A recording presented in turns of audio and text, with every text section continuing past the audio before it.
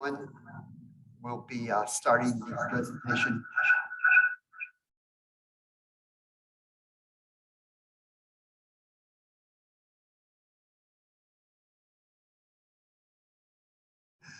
Connecting to Zoom from our PCs. I'm not registered.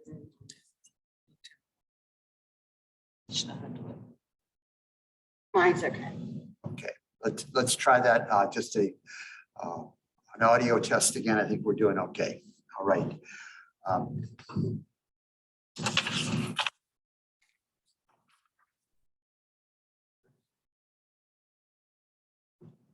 Once again, good afternoon, Ben Steffen.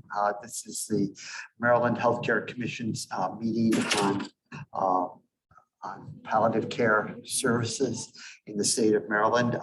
It's a work group that was formed as a result of passage of House Bill 378. I know that we mostly have remote attendees, but I want to first off welcome the people in the room and then welcome everyone that's on the Zoom call. We'll do a quick introduction for this first meeting. Normally, in future meetings, we'll just have staff members read through who's in attendance. But since this is the first meeting, what I wanted to do at the start was starting from the room, everyone introduce themselves and give us a brief explanation of why you're interested in this issue. Before I do that, a couple housekeeping tasks, reminding everyone that this meeting's being recorded. Noted already how we'll do the roll call for this meeting and subsequent ones. We do ask that during the meeting, people speaking should identify themselves before speaking. That's to ensure that we know who is speaking and a broad sense of what their perspective might be. At the end of the meeting, I think we do have some members of the public here. We'll have some time set aside for the public to comment.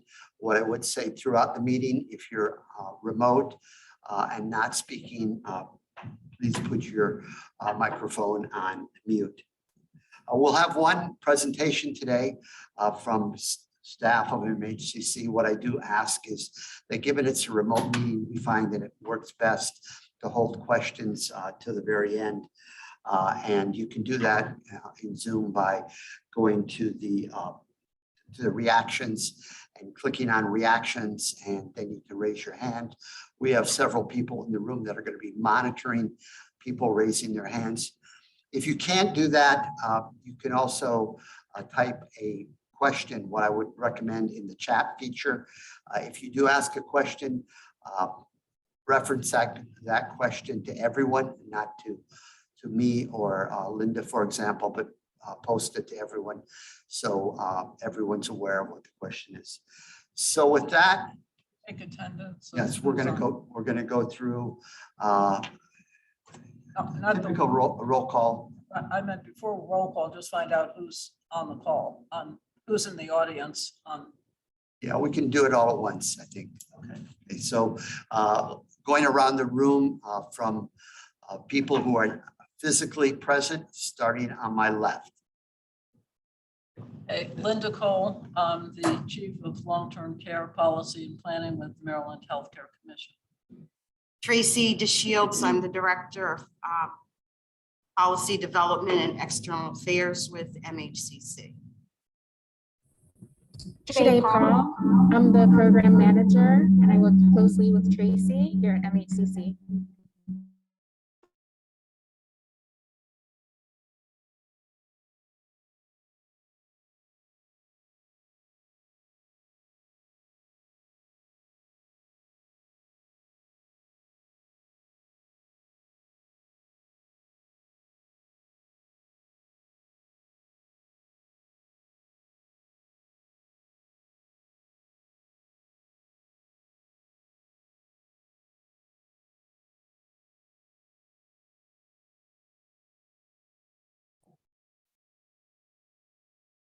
Ben, you're muted. Or whoever's speaking right now is muted.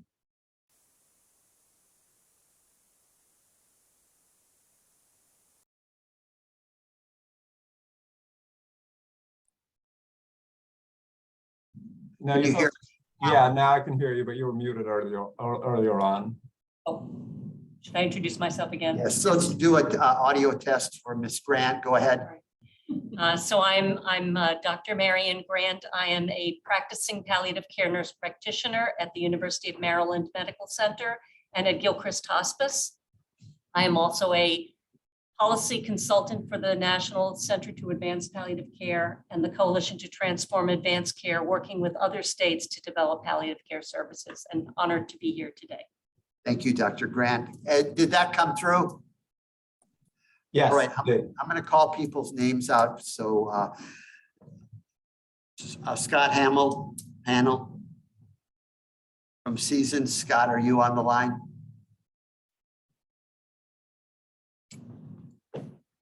If you're speaking, you're on mute. Scott, do you see Mr. Hamill? Okay, let's go to Chris Kearney. He just texted me. He's having technical problems. Okay, we'll give you a minute to if you're using multiple Zoom applications, sometimes they don't live well together, and the best thing is to drop all the way out of your web application and then relaunch Zoom. If that doesn't work, you may have to reboot. Chris. Aaron Davis from the Hospital Association. Good Aaron, afternoon. Good afternoon. Aaron Davis, Director of Quality and Health Improvement with the Maryland Hospital Association. Peggy Funk. Peggy, are you on? Yes, Ben, I'm here. Thank you.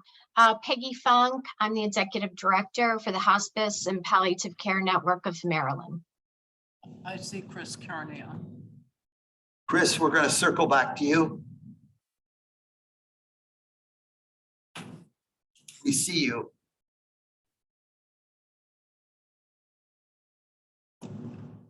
Okay, let's try Lisa Stone Oh, it's Mark Lovelace. or Mark Lovelace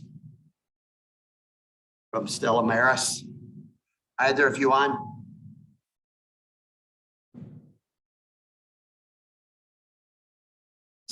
Cindy Carter, Yes, I'm on.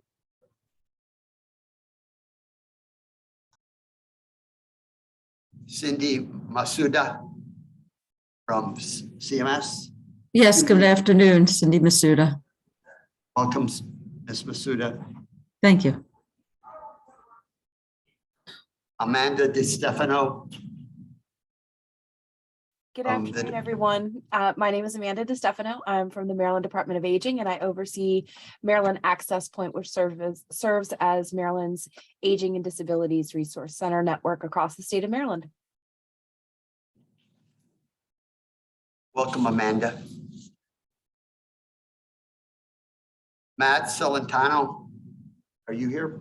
Yep. Good afternoon, everybody. I'm Matt Celentano. I am the Executive Director of the League of Life and Health Insurers of Maryland, the state trade organization for all the commercial health companies. And I also represent Workgroup. So thanks for having me. I'm glad to be here. Welcome, Matt. Cindy Baumhart Rivera from Care First. Good afternoon. Actually, it's not Cindy. She's not here today, but I'm in her place. Deneen Boland. I'm one of the medical directors at Care First, and happy to join everyone today.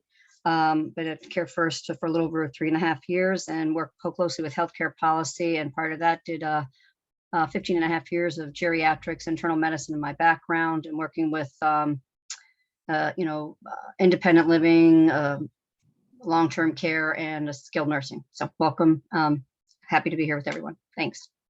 Welcome. Did you get that name? Sorry. I didn't hear it. Yes, it's Dr. Bolin. Is that correct? Yes, that's correct. I didn't know if you had me on the list as well, so I thought if in case, because it was kind of short notice. Appreciate you arranging your schedule to participate. And last, Joanne Ruth from Medicaid. Hi there, Joanna Ruth. I am from the Maryland Medicaid's Office of Innovation Development and Innovation Research and Development.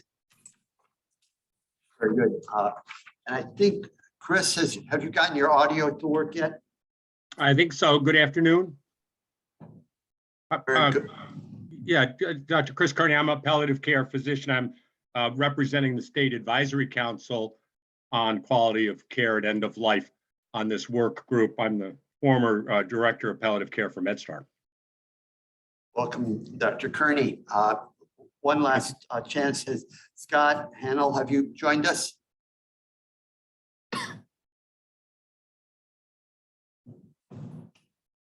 Want to find out who else is on? No, from this public, we won't go Get it through later. going through it, but the public will have a chance to comment at the conclusion of this meeting. And now I want to turn the microphone over to Linda Cole, Chief of Long-Term Care Planning and Development, who's going to overview House Bill 378. As I said, I think given this is a remote meeting, if you can pause your questions till the very end, it works most smoothly. If there's something of most urgency, we'll try to accommodate that, but prefer to hold questions to the very end. Go ahead, Linda.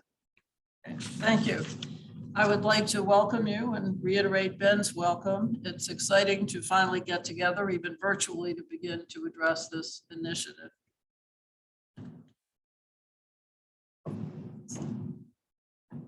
Yeah, it's not working somewhere.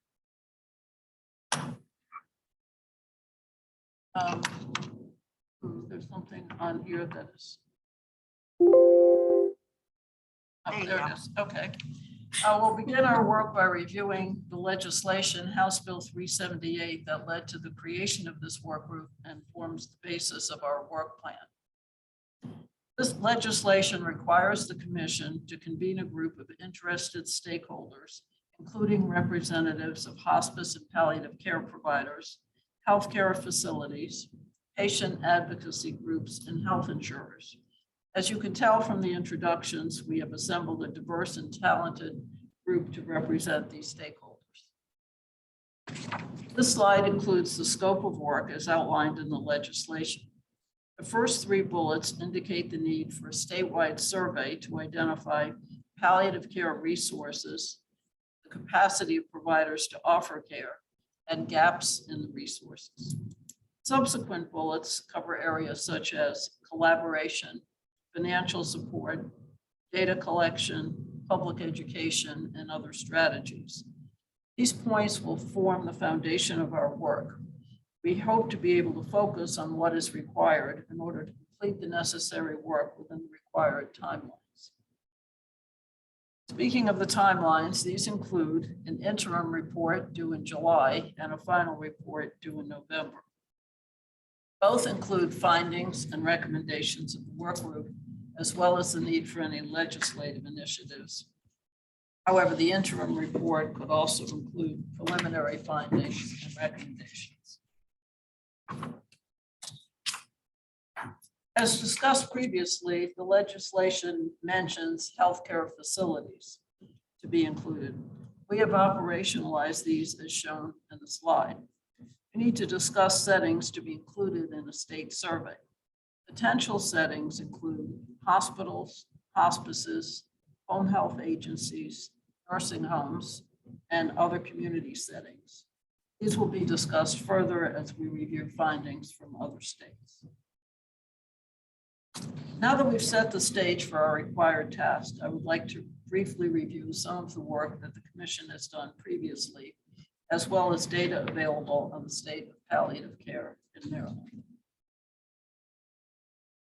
Just to review briefly, the Commission conducted a study of healthcare services for children with life-threatening conditions in 2008. This was done jointly with the State Advisory Council on Quality of Care at End of Life. In 2015, the Commission collected data on hospital palliative care programs and recommended best practices to be used by the Office of Healthcare Quality in developing hospital licensure regulations. The focus of the current study is on community-based palliative care. In order to guide our work, there needs to be an agreed-upon definition. After reviewing the literature, staff recommends the definition shown in the slide. This encompasses the major components, differentiates it from hospice, includes a team approach, mentions that it's not tied to diagnosis or prognosis, and that is provided along with curative care. The source is the Center to Advance Palliative Care, or CAPC, a recognized leader in the field. And when we open it up for questions, we can discuss the appropriateness of this or other definitions. CAPC produces a report card for each state, as well as state comparisons to national data. Maryland scores an A overall in terms of palliative care resources. Hospitals are well represented in all locations. CAPC does point out that the certified prescribing palliative care provider ratio in Maryland is way too low. The other categories, office, clinic, nursing home, and home, are not clearly defined. Furthermore, care in settings such as nursing homes are often provided by hospices. Care provided at home settings seems to be provided by hospital outpatient programs. And it's unclear where hospices or home health agencies are counted. However, it provides a useful starting point or baseline for further data collection. So I'd like to take a look at what work has been done in other states. I want to thank Peggy Funk, the Executive Director of the Hospice and Palliative Care Network of Maryland, for sharing these reports with us. The state reports were also included in your mailing. Hawaii is cited as the model that inspired House Bill 378 for Maryland. The components of the scope of work are exactly the same as the Maryland legislation. Hawaii's research was very limited. They surveyed 30 entities and 6 responded, and they recommended the need for further study. A little louder, Linda. Okay. Colorado, the Colorado study is far more robust and has been repeated across 3 different time periods. This involves a telephone survey of palliative care resources identified by the state. The survey and approach could be a useful model for Maryland. South Carolina does not include a statewide survey, but instead relies on what CAPC reports about the state. A major focus of this state is on pediatric palliative care. Nebraska also uses CAPC in lieu of statewide survey of resources. Their report focuses on sample case studies that identify patients who had encounters with the healthcare system and needed palliative care. We sent out the work plan for your review prior to the meeting. Obviously, this is preliminary, as we cannot tell how long each of the tasks might take to accomplish. It is intended as a guide for you to assess how many meetings we might need and what tasks may be addressed at each meeting. At today's meeting, we've covered the background identified in sections 1 to 3 of the work plan. What we'd like to accomplish today is to develop consensus on the operational definition of palliative care, consensus on the settings to be included in a survey. We propose to do a survey similar to what was done in Colorado. We would like to hire a contractor to collect the data, analyze the results, and develop findings. We would then present those to you for your review. And subsequent meetings would address other areas of focus, including financing, collaboration, staffing, data collection. So that concludes the presentation, and we can open it up for comments and discussion. Before we do that, could you maybe walk through a little bit more detail how many meetings we plan, tentatively, and kind of the sequence of topics, give a little more granularity to what's being asked, would be helpful. Okay. As I said, in the mailing, it included the work plan and the first 3 sections or the background that went into developing the work group. So for subsequent meetings, which we anticipate will be roughly every 4 or 6 weeks, for the second meeting, developing an approach for identifying the gaps in services, reviewing a survey instrument, discussing requirements for a survey. Following meeting, discussing results of the data collection and other possible sources of data to complement a survey. From there, discussing strategies for collaboration and improving and expanding palliative care and for the expansion of financial support. Following meeting, discussing ongoing data collection and strategies for public education. And then discussing the preliminary findings, the interim report, recommendations, and then moving on to the final report. So I'll pause here for questions from the work group members.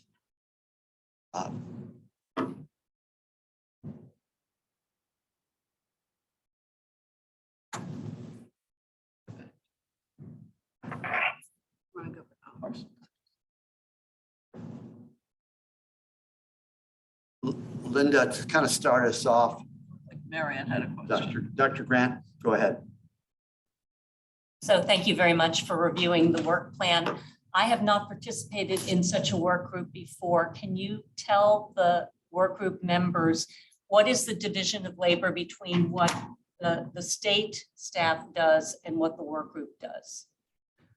Well, Ben, you can discuss it as well. Primarily, the work group, as I see it, is an advisory group, and we hope to benefit from the expertise of the members who all are involved in parts of palliative care.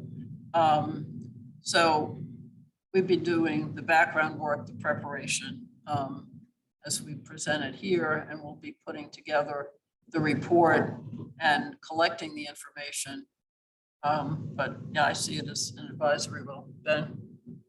Thanks, Linda. Yes, there is a rule that we have a lot of work groups and every work group has its own unique flavor. And work group members can shape their participation. That's the most important thing I'd want everyone to know. It's not, many people are very happy to serve as an advisory role, react to what information that staff's putting together. There's a minority oftentimes wants to be more directly involved as a complement to staff work. Some people put forward their own plans and proposals or talk about their own experience in a given subject area. And I think that would likely be what we would expect with this group, that some people are going to be very happy to listen to what's being said and react to it. Others, perhaps yourself among that group, has some concrete proposals as we move through these topic areas that you'd want to offer, or kind of take a staff idea and put an additional constructs around those. So we try to have our work group small enough so that one, if you're not here, you're missed, and two, that you're not overwhelmed in such a big group of people that I get to say one word in an hour-and-a-half meeting, and that's about it. So I think we have a good group of people, a range of experience, and as chair, we followed the center approach to meetings, which is to occasionally call on people if we see participation. There hasn't been much, and some people are occasionally hesitant to speak. We think this is a very open, collaborative process, and if you're not speaking, I may call you for an idea, and obviously it's your chance to offer suggestions. You can also free to say, I don't really have anything to offer on this particular topic at this time, but we do want to give everyone a heads up that we may actually say, Dr. Smith, do you have any thoughts on this topic? Don't be surprised or offended if we do that. Hope that helps. Peggy. Oh, Peggy. thanks, Linda. So I just thought maybe I would get us started by making a few comments, if I may. First, I'd like to thank the commission and the staff for supporting this really important legislation. I think this is going to be a really good step in getting the services that the citizens of Maryland really need when it comes to palliative care. But just as a little bit of background information, I wanted to talk about why this sort of all came about. So a few years ago, there were a number of us, and several on the call, Marion Grant probably leading the way, that tried to create a serious illness coalition in the state of Maryland. And it was a great idea. We had some wonderful meetings, and there were some really great recommendations that were put forth at that time. I know Chris was a part of that, and perhaps several other on the call. The problem is that we weren't really able to get this kicked off because we just could not get the funding to really sustain a coalition, like a serious illness coalition. So that's just one thing I wanted to comment on. The second thing I wanted to comment on is the CAPC grade of A. So everyone says, gosh, we have an A in Maryland. What are we worried about? What's left to do? But the thing of it is, I think everyone needs to understand that CAPC bases that grade really on what's going on in the hospital system, which is kind of where they do their surveys. And we really do have some great things going on for palliative care when it comes to an inpatient basis. And the last legislation that was passed on this issue was back in I think it was 2015, wasn't it, Ben? And that was where all hospitals were required to have palliative care for any hospital that had beds over 50 beds. That's correct. Right. So, but since that time, I mean, think about it, 2015, palliative care practice and services have increased dramatically. And we no longer have to ask ourselves, is this a benefit? Does it save money? Does it save readmission costs? Because we know from all of the research that the answer is a definitive yes. So this is why we have asked or put this legislation forth to kind of study this. I want to just say that while we have made progress since 2015, there's a lot of different models right now in the state of Maryland. We have ambulatory models, we have community based palliative care, and of course, the hospital inpatient. And the problem is that, and I'm sure Miriam will talk about this a little bit as well, but when patients are released from the hospital, where do they go? How do they get their care? This is a big problem, the transition. Not to mention the fact that the general public really does not have a good understanding of what palliative care is. So again, I commend the commission for bringing this group together, and I'm really looking forward to working with you all on this. And certainly any other kind of research or information that we can help with, I'm certainly willing to help out with. Thank you, Peg. So as a follow-up just to that question, and this is for both Linda and Peggy. So we have a A grade. Who else gets, what other states are getting A's, and do we have any insight on what strong performers look like outside of Maryland? I can answer that question. Okay. Dr. Grant? Peggy, thank you very much for that helpful background. You are correct. The CAPC report card is based on self-reporting by participating palliative care programs. You can imagine the most robust programs are very happy to provide their robust details. So there are a number of states, they tend to be on the coasts, they tend to be in the north, have very long-standing palliative care programs in their hospital systems. And that is where palliative care has traditionally started. It came out of the hospice movement, but started at academic medical centers and probably 25 years ago. Most academic medical centers have palliative care programs and have started to expand off of that base, doing a little bit of outpatient palliative care, not much more in the community, certainly not home-based. So the CAPC report very much reflects those hospitals with very good programs that are gathering data and submitting it to the registry at CAPC. And we have, as Peggy said, we have wonderful hospital systems. MedStar, Hopkins, Maryland have palliative care services at most of their, at least larger hospitals, if not all of their hospitals. But that is pretty much where it stops. And we recognize that palliative care is appropriate at any stage of a serious illness, at any point of prognosis. So if you have heart failure, you don't want to be in the hospital. You would rather get your care. If you needed palliative care, you would probably prefer to have it at the same time as you got your heart failure care, or maybe even get it at home. And this is what Peggy's organization and many of us are trying to do. Can we set up an infrastructure that can provide palliative care outside of the hospital? That runs into big problems with referrals, with payment. There is not a great payment structure in the fee-for-service world. Sorry to the Medicare and Medicaid folks on the call. Fee-for-service doesn't pay for half the things palliative care tries to do, and it doesn't pay for half the team to deliver the care.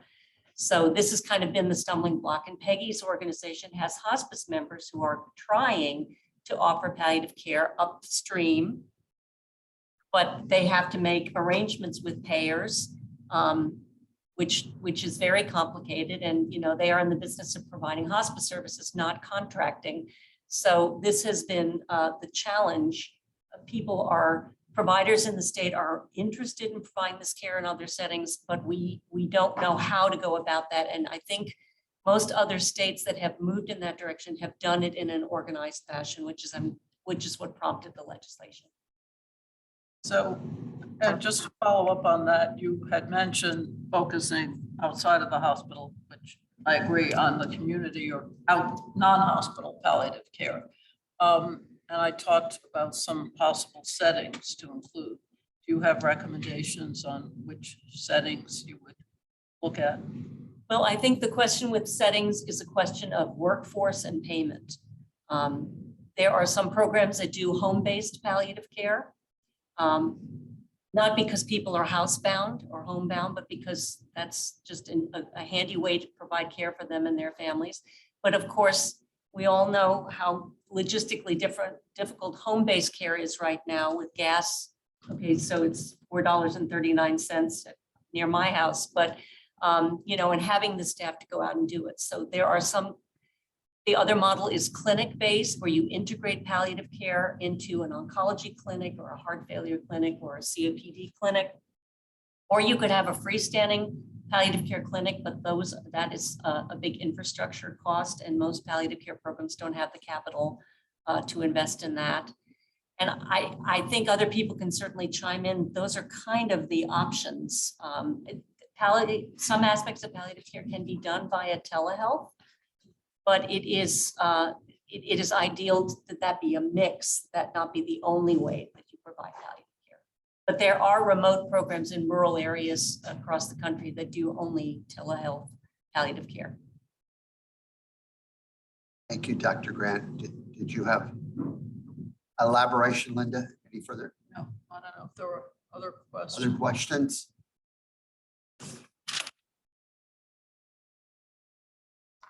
Yes, this is Cindy Carter with AARP. May I speak? Yes. Go ahead, Ms. Carter. I do the part of the problem with palliative care. I'm here representing AARP, but for almost 2 decades, I run Cancer Support Foundation. And the majority of the tens of thousands of people we've helped and majority of cancer patients are not coming out of a hospital. So they're not able to be in palliative care and they need it and they're not getting it. And the idea of getting some sort of connection with the oncology would be massive. You also have dialysis centers. You have so many places that people are not coming out of a hospital setting. And our experience with cancer patients that do come out of a hospital setting is not really palliative care. Having a nurse go to do vitals for the first 10 days is not palliative care, because then they're left with trying to get somebody in the family to help take care of them. So part of the issue is, I think when you are just looking at the hospital settings, you're looking at a very, very, very small number of people that really are in need of this care. And unless somebody is under Medicare or Medicaid, they're not able to get this care unless they have the money. So in the 2 decades I've been in business, are horror stories of people being at home, no care, and then they end up in an emergency situation and have to be taken to the hospital, which could have been prevented if there was some sort of palliative care. So I think to get a real grade on what's going on, we need to look at what's going on with all the patients that are not coming from the hospital. And I've both been a palliative caregiver as well as a hospice caregiver, and neither one of those times did I find any help with palliative care in the home unless you have money to pay for it. So I think we need to really broaden where we're getting our data from. And I know the hospitals have some set up, but the clients I have coming from the hospital are not really getting palliative care. Somebody comes the first week, does vitals, and that's it. And then they're pretty much left with the family to care for with no help.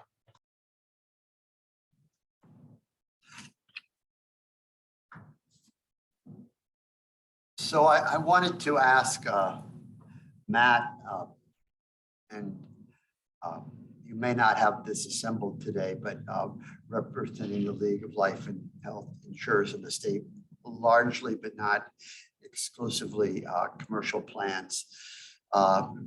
When I searched my benefit package where I'm insured, I didn't see a palliative care benefit, but from based on what people have said in this room and what I'm aware of, it can kind of be cobbled together, but it depends to some degree on the resources of the individual family or patient to put that together. Can you elaborate at all on early on in this session, in this work group, about commercial carriers' approach?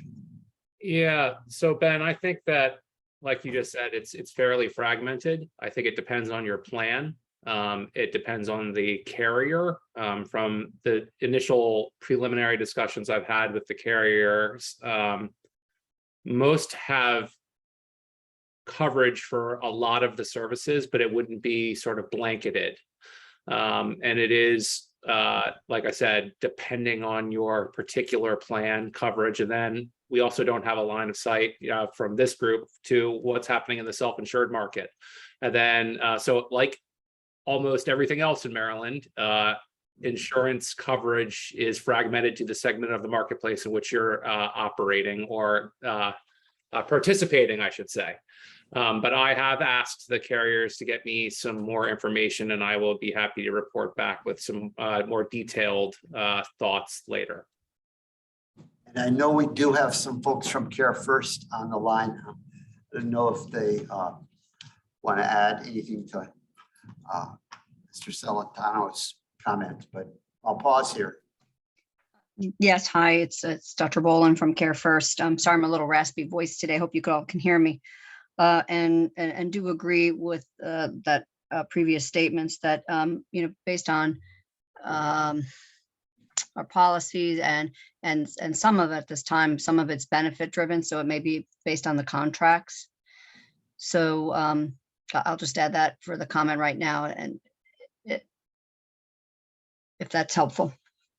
Do you know, in terms of the purchasers, the largely employers, if there are questions about a more structured palliative care benefit, those questions ever come up, or are purchasers largely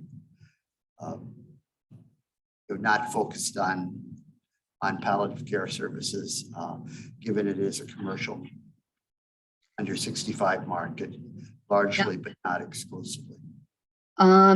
So I apologize. I probably can't answer it at this time because I'm not on that side of who is speaking, the business aspect of speaking to the employer groups. I think, hearing from the group, I think that's something that probably should be looked at, in my opinion, from, practicing where I was before in my previous life. I worked at Charlestown Retirement Community and did a lot with palliative and with hospice.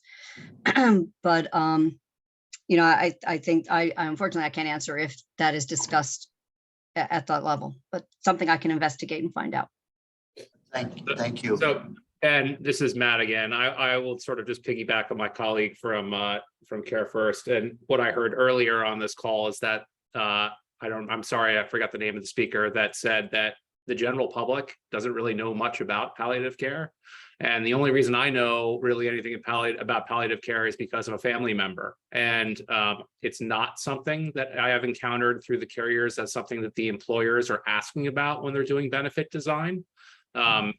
It was something I had to backtrack and look at once the legislation hit Annapolis. But I think an educational effort is going to have to be a component of this. I can ask about some of the sales folks from the companies if it is a benefit, that's how often it's discussed with when being sold to employer groups, but it's not something that it's ever been flagged for me in the past. Thank you. And it's Dr. Bolin again with Care First. I would agree with Matt as well. I think the general public doesn't really understand it. I'm working with other family members who are trying to, for my own family, who are trying to work with the in-laws families and asking me the difference. Well, what's the palliative hospice and so forth. So I think, right, the general public doesn't really know. Thank you. Linda Cole here in the room. You had a point? Yes. Since in talking about funding, it often gets back to people not knowing what palliative care is. And I think that's been a theme that we need to define palliative care. And if we're doing any kind of survey of resources, need to agree on what it is. So I wanted to go back to what was proposed as the definition and see if there's some agreement on that. Sure. If we can have, make sure we kind of tease out. I was going to ask our two government payer representatives to see if they have any comments. And I think my observation of the Medicare hospice benefit is as the conditions that people seek hospice care have broadened over the last decade or so. You could almost see a synthetic or artificial palliative care benefit somewhat evolving through hospice, but that's just an observation of mine. It may not be accurate, but I thought I'd ask our colleague from CMS if they had any comments. This is Cindy Masuda, and I guess two comments. One is the definition of palliative care is critical because that helps us determine, our approach, because we do see it in the Medicare program as palliative care is part of all good medicine. So if there's something specific, it needs to get defined more specifically so that it can, we can look at it from a payment perspective. That's one piece of it. And the other is the idea of,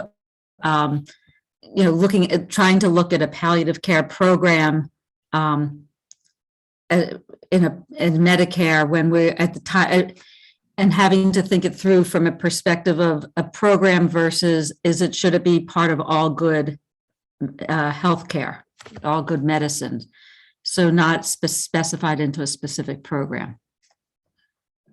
I'm sure there was a number of people who have comments on that, but I want to ask you to hold those. And I'll just ask Miss Ruth, I think from Medicaid, if you have any. Joanna? I don't have any input at this point. Oh, all right. So I think the reaction to the last point can be intertwined in the direction that Linda wants to take us, which is revisiting the definition. Go ahead. Okay, yes, I had put forth for discussion the CAPC definition of palliative care. And Who's ever operating the slide deck, if you can move that definition back on screen, that'd be great.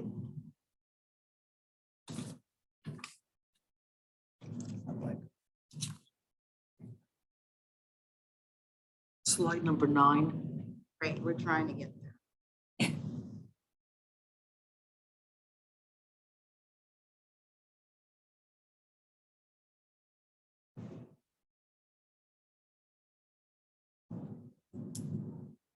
Fine. Okay, thank you.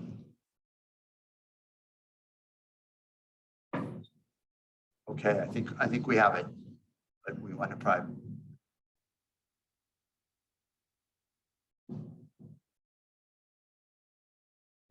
Thank you, Sade. Go ahead, Linda. No, I was just asking for a comment and A discussion. couple of us have our hands raised. Oh, okay. I can't see who has their hand raised. Want to call? In the room, Dr. Grant. So I am delighted, absolutely delighted to see that of all the definitions you looked at, you chose the CAPC definition. And I say that because this is the only definition that has been tested with the general public, with providers, and with people with serious illness. It was tested in 2011 when it was first developed and retested again in 2019. And it is a very accurate and compelling definition. And when we think about public education about palliative care, this is the way we should talk about it, because when we describe it this way to people, almost all of them are very interested in these services. It is not the definition that CMS uses. It is not the definition that the WHO use, but I think it is a more layman's term definition. And I think because we are talking about people who don't understand what palliative care is, even within the healthcare profession, it works even there. I use this definition with my medical colleagues, and when we talk about it this way, people do understand it and they are interested in it. To the point about this is just part of good medicine, I would absolutely agree. I'm past retirement age, and the moment we start doing this in healthcare for everyone, I can retire. But at the moment, this is not provided generally in healthcare. And so it does exist as a separate specialty to try to provide it to those people who need it most. One last comment. We should understand that there is a large population below the age of 65 who need palliative care. If you think of people who have the beginning of end-stage organ failure, the people who develop serious cancers, they are not 65 plus, they are in their 50s and they are in their 60s. So they are in the commercial market as well. Looks like Other Peggy. comments. My Peggy. monitor just went dead. Peggy. Uh-oh. Okay. It looked like my monitor had gone dead for a second too. So I just wanted to second Marion's comments. And as a matter of fact, the Hospice and Palliative Care Network of Maryland Board of Directors actually voted to adopt this as the definition of palliative care services last year. So this is what we use. I also wanted to just take a moment to kind of clarify and set apart. A lot of people confuse palliative care with hospice care. And so I'd like you all to maybe think of it this way, that all hospice care is palliative care. So it is helping people to live with the stress of a terminal illness and relief for the symptoms of the serious diseases, illness that they have. However, not all palliative care is hospice care, and palliative care is appropriate, as Marion alluded to, for any age at any stage once you've been diagnosed with a serious disease. So I think if you kind of think about it like that, it gives a little more clarity to be able to separate the two definitions. Thank you, Peggy. Who has a question? Other Ms. questions? Carter? Yes, AARP does go along with this definition. However, they would like to also add some action words that would not have it limited to certain services, but it would at least put down some things that would be included, which may very well help for people to understand better what palliative is. For instance, physical and occupational therapy, emotional distress treatment, training and support for caregivers, and a comprehensive assessment of residential requirements. Those types of services may help to enhance the definition for people to see that there are actual actions that happen with palliative care. And we would also hope that it would actually get some of these services more in the mode of more than just a definition, but moving forth to having action plans to get the services out to people. Thank you.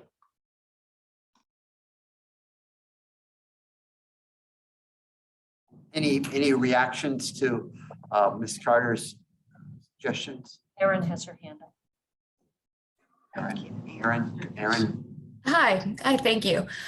So just a couple of things. I like this definition, but understanding that if we adopt a definition, it can affect regulations and such. I think I would like to understand a little bit more from those that are familiar with this. When we talk about specially trained teams of doctors and nurses, defining what that means, knowing that we have some underlying, pipeline and workforce issues that we need to make sure are addressed.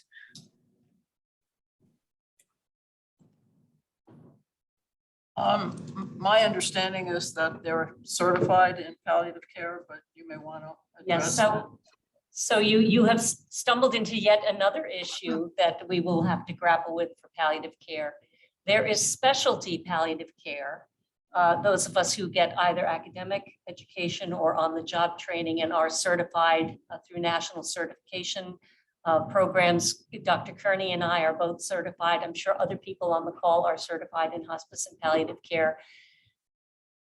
That is a very small workforce. There are a bunch of us here in Maryland. We have training programs, both for physicians and nurses and nurse practitioners, but there are not enough of us to do all of this. So the field recognizes that that's specialty palliative care, but that primary palliative care, these principles could also be delivered by any medical person or interdisciplinary medical team. And when we have talked about certification for palliative care programs in the community, they do not require that everyone on the team be themselves individually certified, but they do require that someone on the team have certification. So, if people currently in medicine were great at symptom management, family support, and spiritual assessment, we wouldn't need palliative care. They are not great at those things. So we either need to train regular medical people to do that, or we have to find a way to have them work with specialists who have that specific training. Yeah, thank you so much for that clarification. And, I would just like to add that definitely would be something we need to consider, is how do we make sure that we're training current workforce so that they can meet those standards, knowing that we may have a limitation of certified professionals. I have a question around that. The workforce question is Tracy. Tracy So- Shields from the department, from MHCC. MHCC. So my question is, so you have doctors. What about, do you have individuals such as like certified nursing assistants or nurses, or the geriatric nursing assistant? So there is certification for Nice. palliative care Okay. for nursing assistants, nurses, advanced practice nurses, physicians, chaplains, social workers, and I think they are working on a physician assistant certification program. These are national certifications. National Yes, certifications. Okay. yes. Thank And you. there are national organizations that manage those certifications. And so anyone who works in palliative care or in hospice can obtain those materials and study and take those exams. They need practice hours in most cases. Yeah. Thanks.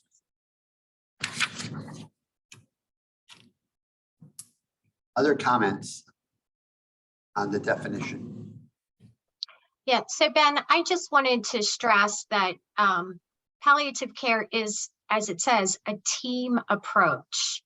So as you look at treating the patients, just like in hospice, you have an interdisciplinary team. You also have an interdisciplinary team for palliative care, which would also require spiritual care. Important to recognize that. Thank you. Thank you. Okay. Do we have any others that want to comment on the definition? On the Zoom, I think we've gotten quite a bit of comment here. Okay, Dr. Grant, then, our staff. no, I was gonna move to settings if we're on. Hearing no further comments on the definition, let's move to settings. Linda and I are working on coordinating the handoffs. We haven't quite gotten it. And if you were in the room, you saw this football bouncing on the turf. Fortunately, she recovered my fumble. And go ahead, Linda. So in terms of, since the goal of this group or the charge of this group is to find out, at least to start, what resources exist in the state, where are the gaps in resources, who can provide it. As I said, we need a definition, and then looking at settings to be as, to try to include providers. And as I said, the CAPC one was a little confusing because they had like home office clinic or nursing home, and then when you looked, it was someone else providing it. So to start with a list, I know that hospitals have been well covered, but they should be included because they provide a lot of palliative care. Hospices, as Peggy mentioned, also provide palliative care. Home health agencies provide some palliative care. Nursing homes may provide it independently, may contract for it. And then other community settings is kind of a catch-all for what hasn't been covered. So just looking for a comment and reaction to that. And those percentages, Linda, those are all self-reported. This is separate. This is what CAPC did, and they combined it into various things that didn't make sense to me, but that's how they reported the data. I think if we did a survey in the state, we'd like to identify who's providing the care. So when you say home, are we talking like home health agencies that go? I'm not going by this list. Oh, I'm going by your list. Okay, never mind. not the CAPC. Got it. I understand. But it could be either home health agencies or hospices providing home-based palliative care, or Oh, palliative care okay. programs providing Okay. home-based palliative care. Okay, okay, thank you. So then we're not really capturing the thousands of people that have it in their home but can't get services. They provide their own, try to provide palliative care to their people they're caring for. Well, I think that if we identify where the resources, where providers are providing care, then that helps to identify the gaps of where there's a need for services where they're not being provided. Okay, if we actually got palliative care more in the understanding of mainstream part of medical care, for example, dialysis centers, cancer centers, where so many of those people need palliative care and are not getting it, if we got palliative care more entrenched as a matter of part of the medical care, we might then be able to get more people into palliative care and also identify more of what's needed. Because right now, we're only counting where we already have systems set up. And I still contend that majority of people are not being covered that need help.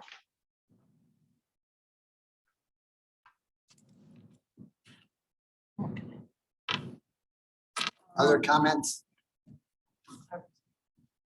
Dr. Grant? So here's another way to slice it, as if it isn't complicated enough. And that is the idea of not only the settings, where is it being provided, but where are the people with serious illness? So we talk about that palliative care is appropriate in the definition for people with serious illness. And I am scrambling quickly to look up. There is a definition that the field is using for policy of what serious illness the population is. And it is a health condition that carries a high risk of mortality and either negatively impacts a person's daily function or quality of life, or excessively strains their family caregivers. So the other way to think about this is, where are those people? And they are all over the place. They are home, they are in facilities, they are in clinics, they are in the hospital, they are in subacute, they're everywhere in the health system. Well, maybe one possibility is, if you're identifying, if there's a way to define people with serious illness and come up with a number by area in the state, and then you're doing a survey of settings, then you can identify the gaps in, there are 100,000 people in this part of Western Maryland and 5 providers. And this would be enormously valuable information, I think, to the state and to the field. This was what our coalition was going to try to figure out. How many patients in Maryland? Where are they geographically and by setting? And for the providers who are interested in providing this care, how can they go and find those people and work with payers to kind of arrange for services to be delivered? And is there a way to operationally define and measure? This definition is actually has been tested, and I can send you the article for that.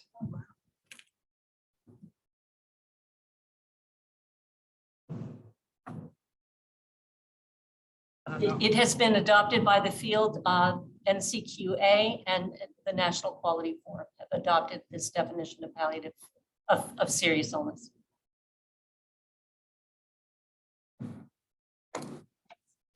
Other comments? So, just a quick follow-up, Dr. Grant.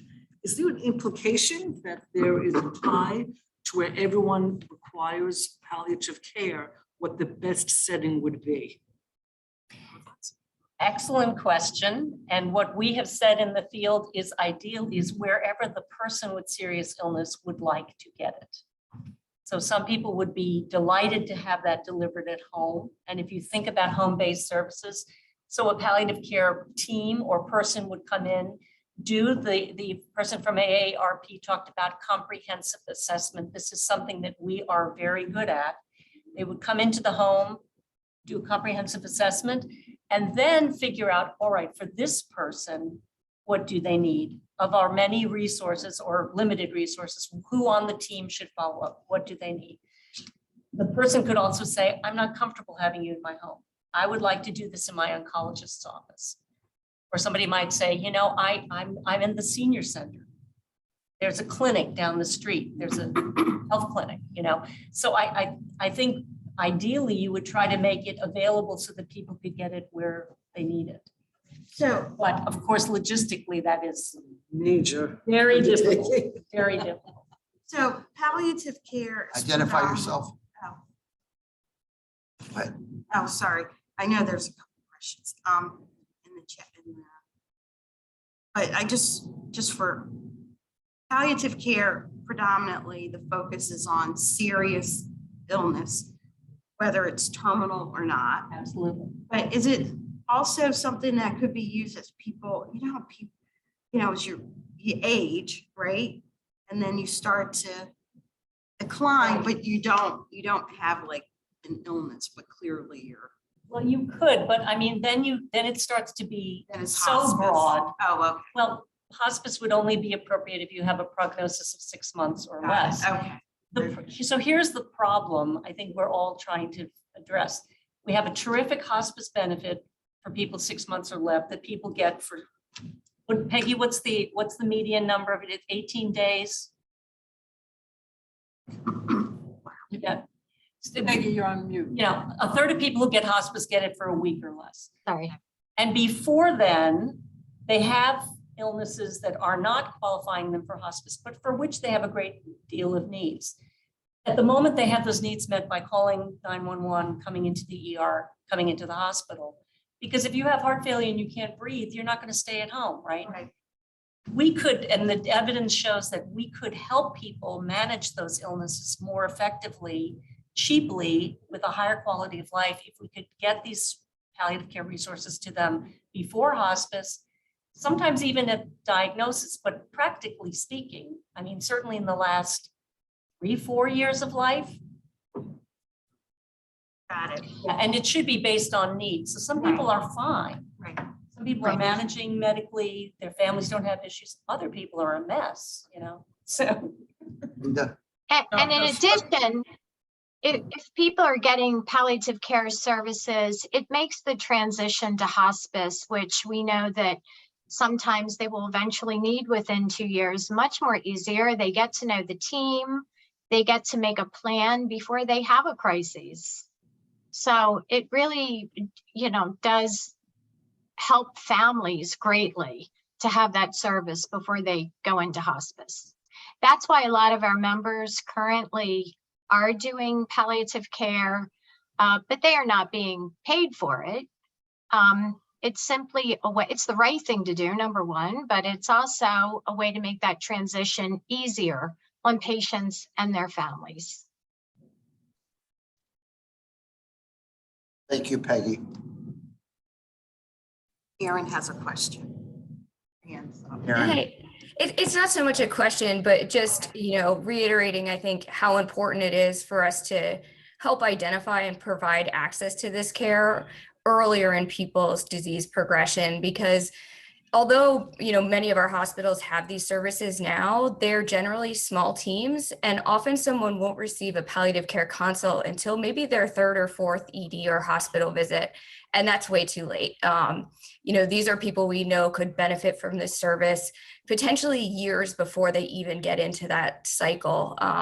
So I just wanted to provide that and support for identifying where this care would be best suited in our communities.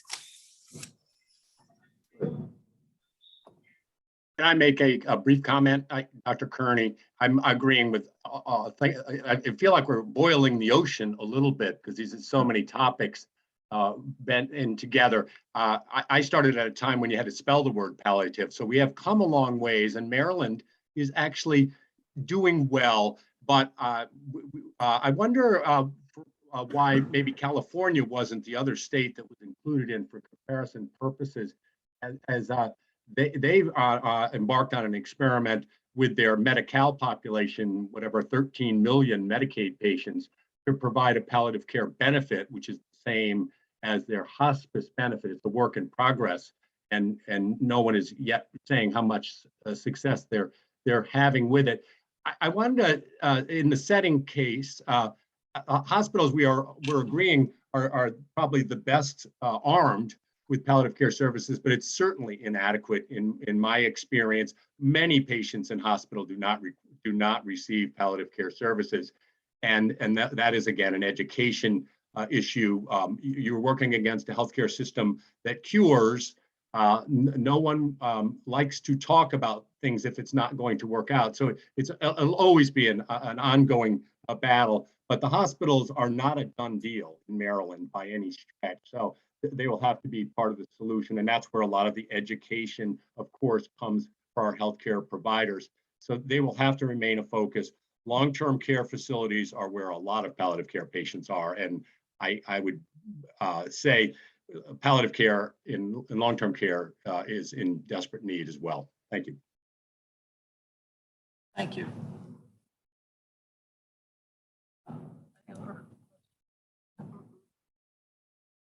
Okay.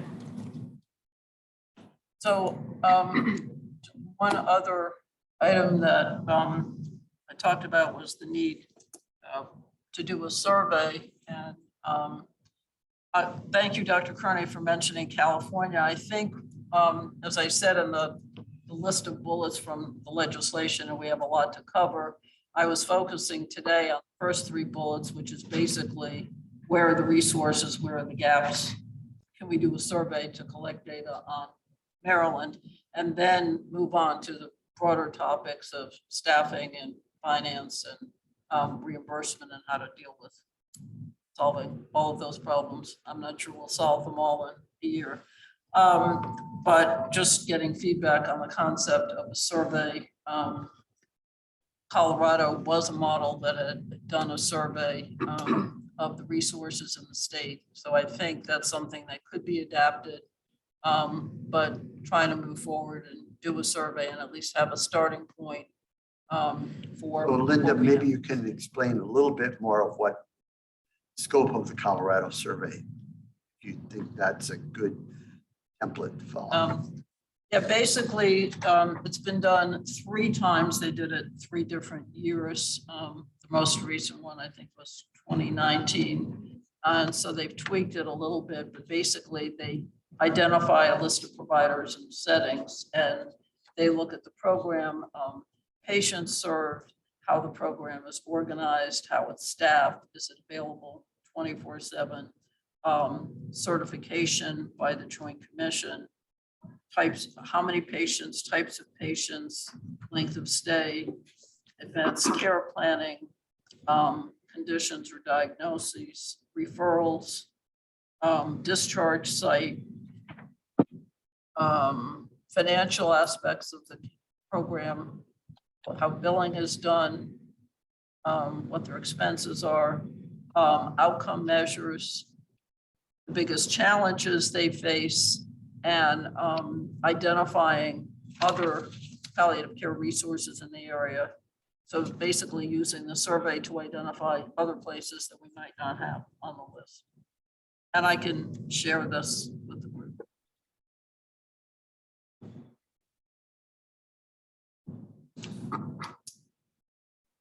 And why is that preferred, that approach that was used in Colorado superior to a couple of the other states?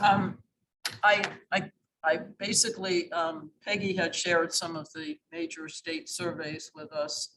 And it's not an exhaustive list, there may be more. The ones that I went through, Hawaii had a fairly limited survey, and then Nebraska and South Carolina basically used CAPSI and said, this is how CAPSI describes the resources in the state, and where do we go from there? Dr. Grant? Yes, so just to say, I think you're starting with some really good options here. In the meantime, though, 2 states have proceeded with getting a Medicaid palliative care benefit. And that is California, and the other one is Hawaii. And I believe that there is more recent work done in Hawaii that we could try to get for you. They had to do they're seeking a change in their Medicaid state plan. And so the Medicaid person on the phone can confirm that that is requiring a great deal of data to talk about how many patients, the cost implications. So they have just gathered that information in the past year. California passed their bill to require managed Medicaid to offer palliative care in 2018. And they have been gathering data on that as well. So I would be happy, and Peggy perhaps through her context too, to see if we can find additional states that have done more recent surveys, not to give you too many options, but just to at least see, can we look at 4 or 5, 6 states and get an idea of generally what have they done and what would make sense for us to do here in Maryland. Thank you. Thanks for the suggestion. Yeah, I agree with Marianne. I think that's a great idea. And certainly we didn't leave Massachusetts out on purpose. I think that I don't really have any, I guess, written reports on that, but I can certainly look into that. What I really like about the Colorado report is I like the fact that the study's been done 3 different years with some comparisons. I think it's always good if you roll out a program to be able to go back and look at that comparison and see what they've done that's new. So really for no other reason than that. But like Marianne said, I know Florida has a new program. There are many states now that are rolling out some programs that I think, if you'd like to look at more, we can certainly provide them. Okay, thank you.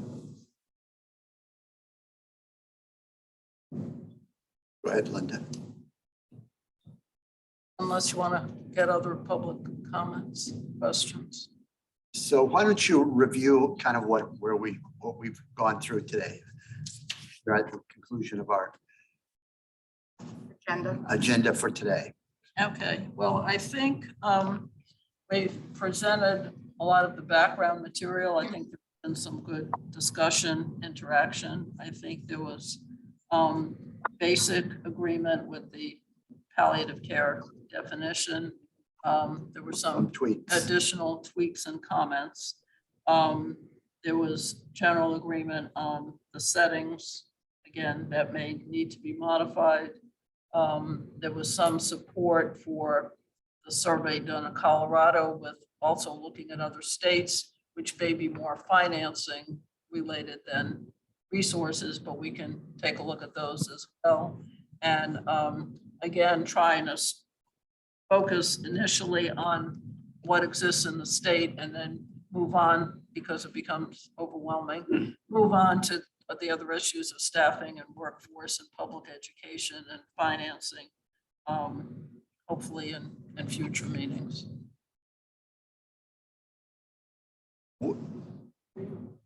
If we use the Colorado model as our instrument, the Colorado survey as our survey, what provider set, what settings, what provider groups would we be surveying? Well, what I had talked about was hospitals, hospices, home health agencies, nursing homes, and community, whatever is left over, community settings or other. And I know that one concern we had about Hawaii was response. There wasn't much of a response rate, correct? That was then. Now there's much more data. And using the Colorado model, did they have, are there any lessons learned on how to generate satisfactory response rates? I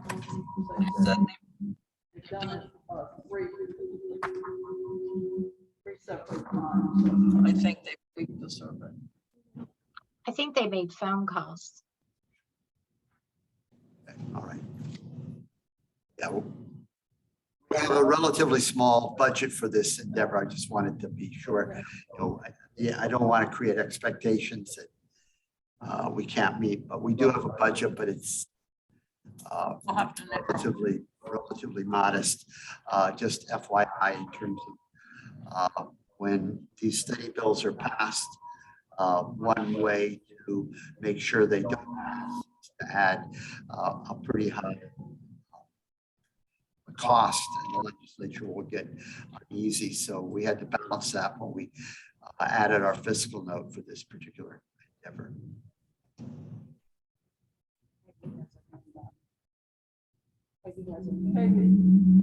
Yeah, I'm hearing an echo. I'm not sure, but I hope you all can hear me. I just wanted to get some clarification. One of the things I believe we were asked to study is the capacity of palliative care in Maryland. I know we talked about the survey, but how will we determine who is actually providing palliative care in the state? Is that part of the survey that we plan to do? Because I think when we looked at this several years ago, and Marianne, maybe you can comment on that this was one of the problems that we had, or the challenges, was trying to figure out who actually is doing palliative care in the state of Maryland. It was very difficult. Who is providing? Who's providing? palliative care and who is providing something like primary care, but they are palliative care, but they don't necessarily label it. Keep the as- definition. Right. I mean, I think hopefully between having a definition of what palliative care is and then operationalizing what the bill has as healthcare settings, which are licensed. We have a limited number of hospices, home health agencies, nursing homes, hospitals. So it's not just anybody out there. And then since one of the questions is, can you recommend someone else? There may be a palliative care provider out there that we're not aware of. That's not one of the licensed facility types. Kathy Wise here, thank you. Just a comment that I think that the study perhaps needs to first look at the formal palliative care providers. We think about all the other different types of settings like assisted living, people who call themselves providing a level of care in their own home. I think that it'd be very difficult at this stage to try and grapple with that, but I think we need to identify it as a concern. If we go Dr. Grant's approach of looking at it by disease and how many people have relative disease, it opens up that also. I think we have to be realistic, but the game, is what we're trying to reach here, what we want to initially identify for our study. But I think it is a concern. I mean, I can say I provided palliative care to my sister-in-law when she was dying and she was going through that process. Were you And certified? so I'm just saying that it's a type of thing that I think we need to focus more on the formal providers. That's my perspective.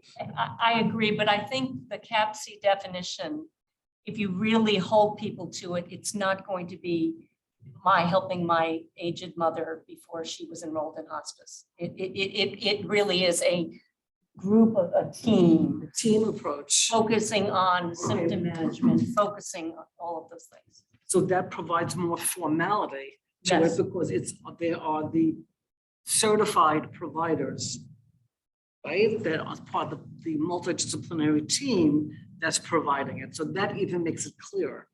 Right, although not everybody on a palliative care or hospice team is certified.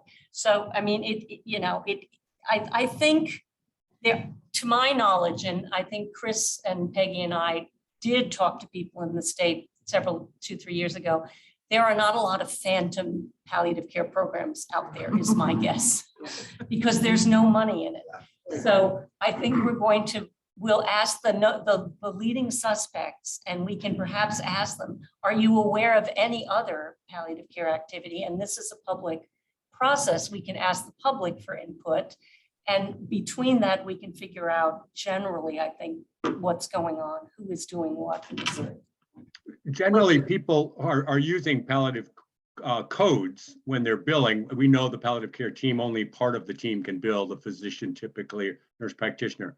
But there are billing data all over the place that shows if you are billing as a palliative care provider. So that would be when I go back to California just briefly, because when you operationalize who really needs palliative care services, they, of course, everybody, some doctors would argue that every bit of medicine is palliative, that you could include everybody, frankly, and obviously that's not going to be useful for this group or anyone. They actually dug down into specific clinical entities that were not surprising: heart failure, cancer, COPD, renal failure, and the like. And they had specific criteria about how sick you'd have to be included in the benefit. So I know that's down the road, but it's been done, and it does certainly sharpen the pencil. Dr. Kearney, when you mention specific billing codes for palliative care, is that just in the hospital setting? I know they're doing that in outpatient setting as well. I don't know. I mean, Peggy is bemoaning the fact that none of her people get paid to do what they're doing. But the outpatient palliative care programs that do exist formally use palliative care codes as well. Right. I think physicians can bill for the consult for sure. And some of the hospices I'm not sure exactly how. Some of them are using some innovations to be able to bill for palliative care, but for the most part, they're not. And certainly the social workers and the chaplains are not able to bill. So that is a little bit of an issue if you're trying to, keep a palliative care program going. Ethan Goldstein, are you still on the call? I wonder if you make a comment or you're doing any outpatient billing in palliative care. Hi everyone. I'm the palliative care doctor, medical director at Good Samaritan Hospital, where Chris Kearney used to work. We do have an outpatient program that's still mostly non-billing. There's a transfer over to some billing providers as well, and they're working on a structure for that one. The one question I had was, we've gotten a little bit of kickback here and there. There's different kinds of billing codes. There's the consultation or the initial hospitalization billing codes that we use for inpatient. And then outpatient as well, they might use like the advanced care planning codes. We use the advanced care planning codes inpatient as well. And I've gotten a little bit of kickback that sometimes for some of the payers that may not be reimbursable. So I was curious about that. I also don't have very much information on the second topic, which is that one of the hospitals in our system was going to try a pilot of a palliative social worker billing for advanced care planning codes, but I'm not sure the status on that one. Do we need to reach out to any of the kind of new technology palliative care hospice providers? I'm thinking of Iris Health, a group that Palliative acquired this spring. Palliative is a accountable care organization originally established by the former head of the National Coordinator for Health IT, Farzad Bashari, but they acquired Iris Health.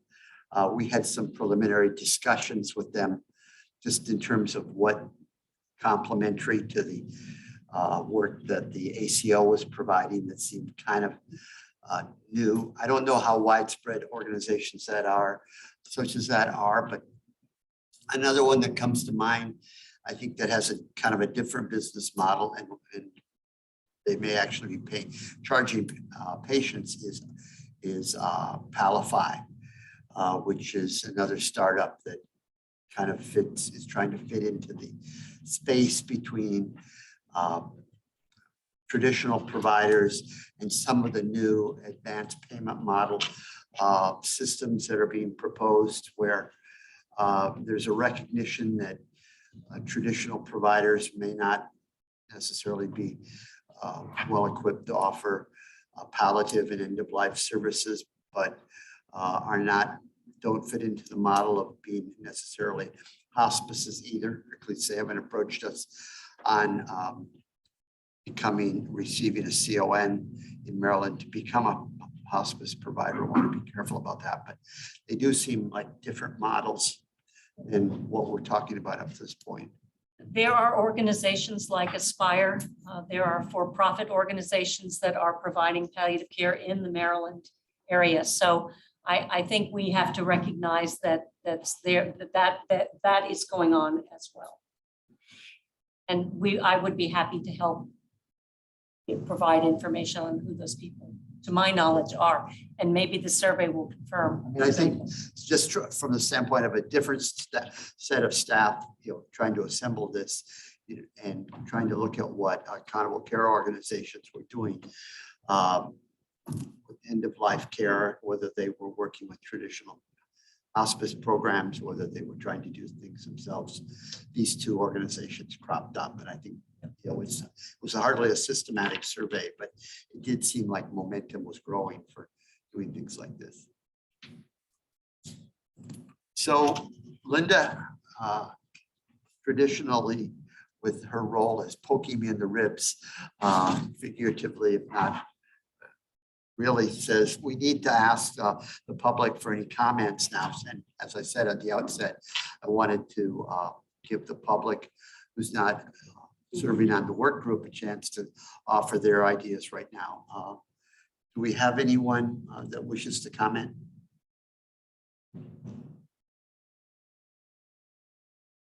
I'd also like to identify who's on for attendance purposes. Sure.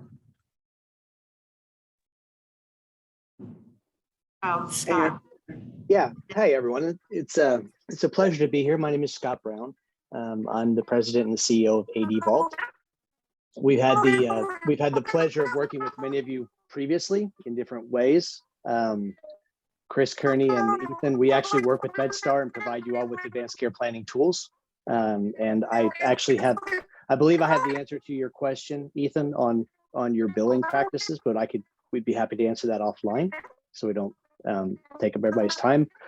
And Peggy, it's great to see you. And I know that Maria and Kim are looking forward to talking with you again. Dr. Grant, it's a pleasure to see you and know that we do the standards work with you, that you've joined Maria Moen on that. So we've worked with Maryland since 2014 as the registry for advanced care planning documents. And we work with several of you in the state. And I'm very pleased to be here. I'm a huge fan of palliative care. We work with Baylor Scott and White Health in Texas, and Bob Fine, who is the head of their palliative care group system-wide.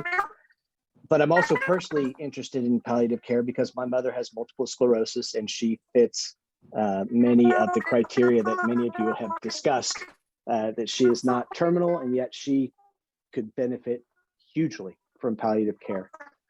So we also, Ben, we also work with ACOs and provide them tools to do advanced care planning. So to the extent that we can be a resource there for you, we're happy to do so. And I'm just looking forward to participating. And as always, we like to contribute in any way we can. So thanks for letting me join. Thank you very much. Other comments? Yeah, Ted Myerson. Ted from the End of Life Council has a comment. Myerson. Go ahead.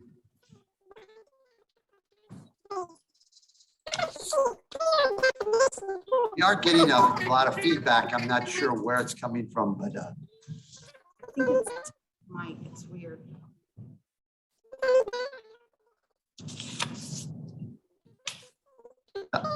Ted, do you have any comments? Well, we may put you on opportunity at the start of next meeting. Other comments? Linda, what we're going to do at the next meeting, the plan for scheduling multiple meetings so that people have an idea of the frequency and the dates for the meetings. Do you fill everyone in? You have to figure it out. Maybe. Sorry. Well, as I discussed, I think we're going to do a summary of this meeting, take a look at possible surveys and settings to present to the group. I don't have a schedule today for meetings. I think we're going to have to survey the membership to get. Yeah, that's what I thought you were going to say. I mean, that's exactly what we plan to do. That we'd like to get 3 or 4 meetings on the books so that people can give us their best thought on when they can attend. We'll try to take majority rules to the extent we can, pick the dates that work for everyone. As Linda said, meetings every 6 weeks. What's your thought on meeting frequency, Linda? Yeah, that's 6 weeks to every 2 months, most likely. We probably want to, if we can pull off the survey development, have a relatively shorter period of time for this next meeting, as we want to build up some momentum before the holiday season kicks in. So expect, maybe we'll be our first inquiries. The next meeting might be a little tighter than 2 months away, closer to 5 to 7 weeks, something like that. And then throughout moving through the holidays, some of us are busy with the legislative session. We'll try to appropriately schedule things so that to the extent those of us who are have things to do in Annapolis can participate to the fullest extent possible. Yeah, I think if we get together a survey and could do that fairly quickly, and then it may take longer if we've got to do the RFP bid board, get it out, get response. There may be a break in there. May not also be able to operationalize right away during the holidays, so it'll probably be the beginning of the year. But we can. The benefit just for the people on the work group that many people hear state contracts with trepidation. We do have an ability to issue and award smaller contracts under $50,000 pretty quickly. It's not, these 150-page documents that come back to us that we're looking for. And that's what we would envision for this this survey that we've talked about today is, and hopefully can get that out and back within a month, one would hope. Sounds good. All right. Anything else I missed? I don't think so. All right. I want to thank everyone for their participation today. Linda is the point of contact on the work group if you have ideas or status. The next thing that you will hear from us is that you get a survey document on the next meeting times. Try to, as I said, try to nail down 3 to 4 meetings so that people's calendars are a little clearer on when these are all going to occur. Thank you, everyone. Have a nice day. Thank you all for your participation. Thank you, everyone. Thanks.